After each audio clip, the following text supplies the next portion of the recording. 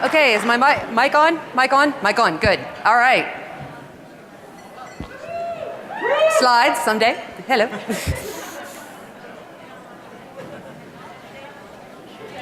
I'm gonna have to start telling knock-knock jokes.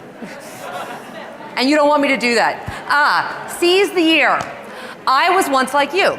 On New Year's Day, I would resolve to lose 10 pounds, go to the gym 5 days a week, eat more vegetables, and call my brother at least once a month. And then, like clockwork, this happened. The thing is, none of us keeps our resolutions because they're boring. So, as January 2003 rolled around, after yet another year in which I had failed to lose 10 pounds or call my brother at least once a month, I made a new resolution. From now on, only fun resolutions. And I've learned a few things in the past decade. I couldn't do the catch. In season 6 of Sex and the City, Carrie Bradshaw, the show's protagonist, is assigned to take trapeze lessons for an article she's writing. I looked at this and thought, non-circus people can do this? I am so in. And in 2007, I was at Trapeze School New York's Baltimore Outpost.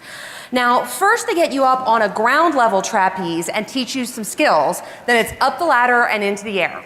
First timers learn a standard routine. You jump, swing through runts hanging by your arms, flip through to swing hanging by your legs, flip back to hanging by your arms, and then somersault off the bar and into the net. Assuming that you master this, you get to try doing a catch with a professional. Now, the thing about the catch is timing.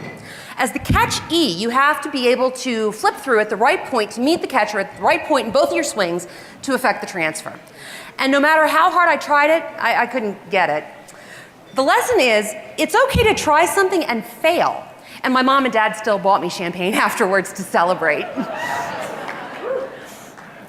I prefer riding bitch. Motorcycle culture is notably un-PC, and riding bitch is the term for the person, regardless of gender, who is the passenger, not the driver.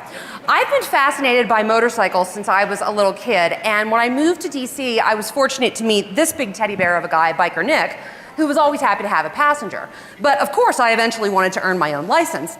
So I took the Motorcycle Safety Foundation's Safe Rider course.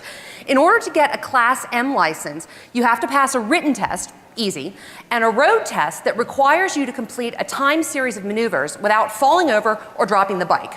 One of the most thrilling moments of my life was when I entered a sweeping 180-degree turn at too slow a speed to successfully complete it.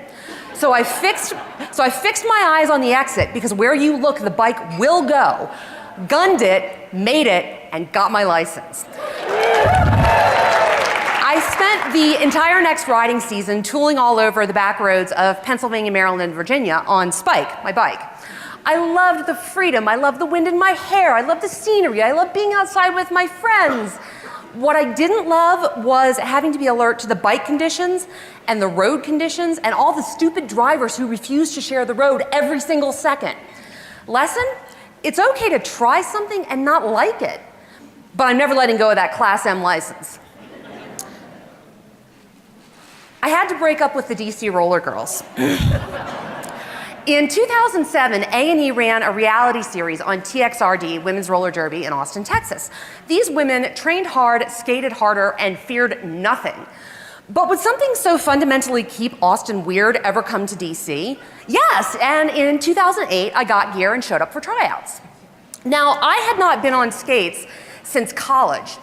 And roller derby is a lot different than just cruising around the rink with your friends to Earth, Wind, and Fire. I trained for months and sustained some really interesting injuries, including some gruesome bruises and a split lip trying to master derby skills. But by late spring, I felt ready. I was on my way to derby glory, or at least to a really fun story about that one time I broke my leg. And then the season ended, and we lost our practice space, and the schedule got very erratic. My job was demanding and not terribly flexible, and I had a lot of other responsibilities.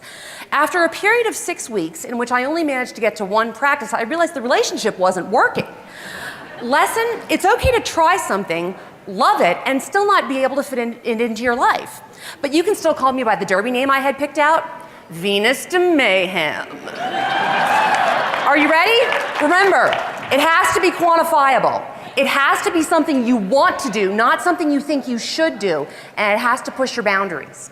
To quote the poet Mary Oliver, what is it that you will do with your one wild and precious life?